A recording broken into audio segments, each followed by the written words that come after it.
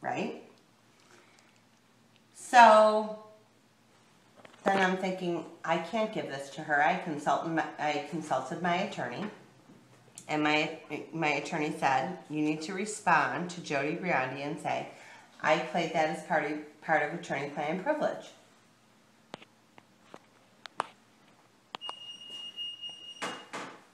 Oh, I agree with that, okay? And there's many factors to that lawsuit, but that was, well, you know, regardless.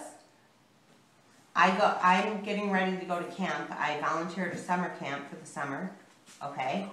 And I'm getting ready to go to camp. I'm doing the laundry. It's 5:30 in the morning. I literally, and may God strike me dead on the spot, I swear on my children's life, my phone went through the washer.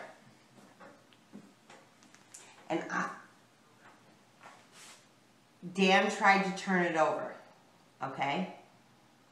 Dan went for a deposition. Dan turned over his phone.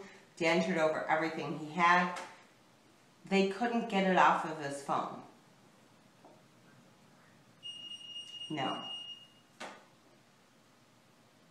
I don't know the details. I mean, you'd have to ask. I don't know. I was gone, and they tried.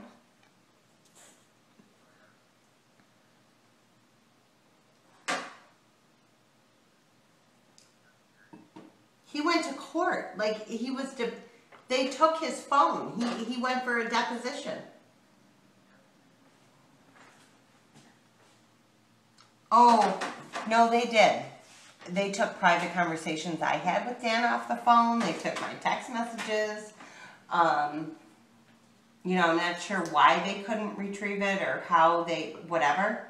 So I thought that I was in the clear, that they were going to get it off of Dan's phone and no big deal and everything's hunky-dory and and everybody's, and that's that. Allegedly, according to the court, Dan went and was deposed, testified to what was said. Allegedly, they couldn't get the recording off of his phone. That's all I know. But may God strike me down on the spot if I'm lying. My phone went through the washer. I never uploaded it to a computer. I never, I tried to play it for my husband so he could save it. He wouldn't listen to it because obviously with the, situation with the police and, his issue with Chuck. So, honestly, if I had it, I'd give it.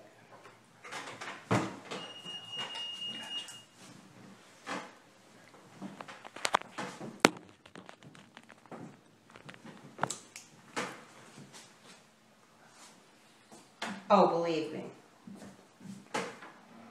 Oh, believe me, I would. Yes. Yes.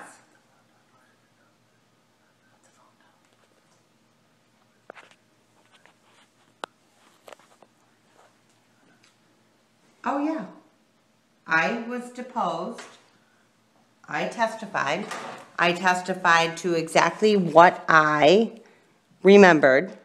And Dan Wilson testified that that's what Chuck Mahoney said. And I testified that me and Dan had multiple conversations, that that's what he said. Do I remember exactly what was said on the recording? No. But I do remember having multiple conversations with Dan Wilson that that's what Chuck Mahoney said. And Chuck said what? That he lied in his lawsuit? No, not that he lied in his lawsuit. That he lied to the judge about having a recording? I testified that what Dan Wilson said was true.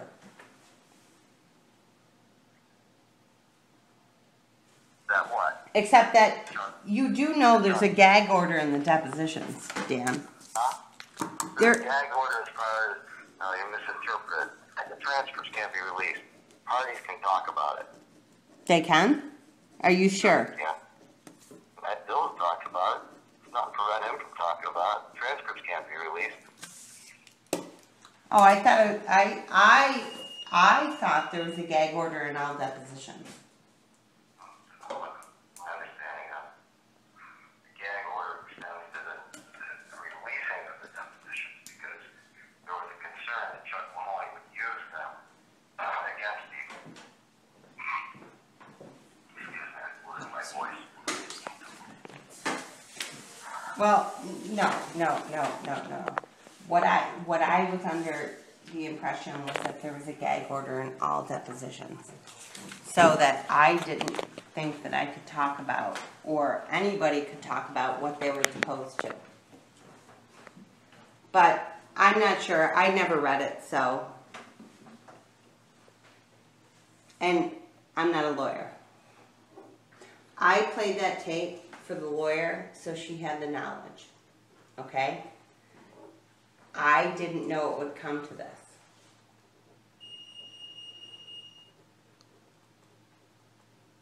Believe me, I wish I had my phone. I wish I had, like, given it to my husband to download to a computer or to, but Chuck Mahoney is a sensitive subject in my house, so it was hard to, How do you know all this, though? All this information.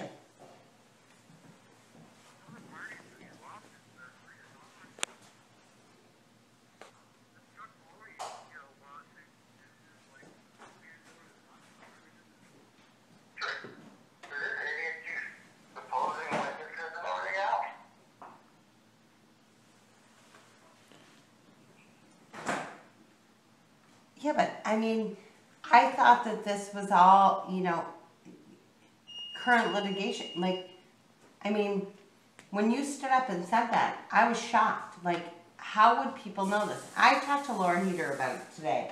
And I said, how would... When you said at the meeting, a board member has a tape that could end this. Because believe it or not, this... it that bothered me, okay? Because if I thought that I had something that could end this or save the district or save money, I would do it. That bothered me, Dan. And Laura's like, oh, that's public knowledge. I'm like, Laura, that's not public knowledge. I played that tape as part of attorney-client privilege. And then all of a sudden, and Jody Briandi's calling these illegal meetings, trying to coerce the board, to have an action against me to be subpoenaed, even though I volunteered.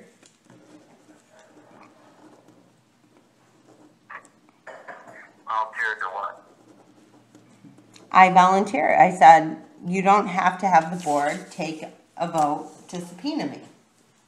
I'll just do it voluntarily.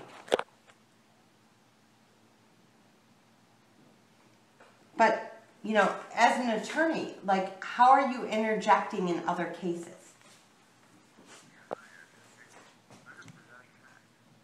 No, you're not just presenting facts. You're interjecting. You said it in public, Dan. How am I interjecting? I'm not a lawyer to anybody in the suit. I'm just saying what I think should be done. And what needs to be done to resolve all these issues in this district.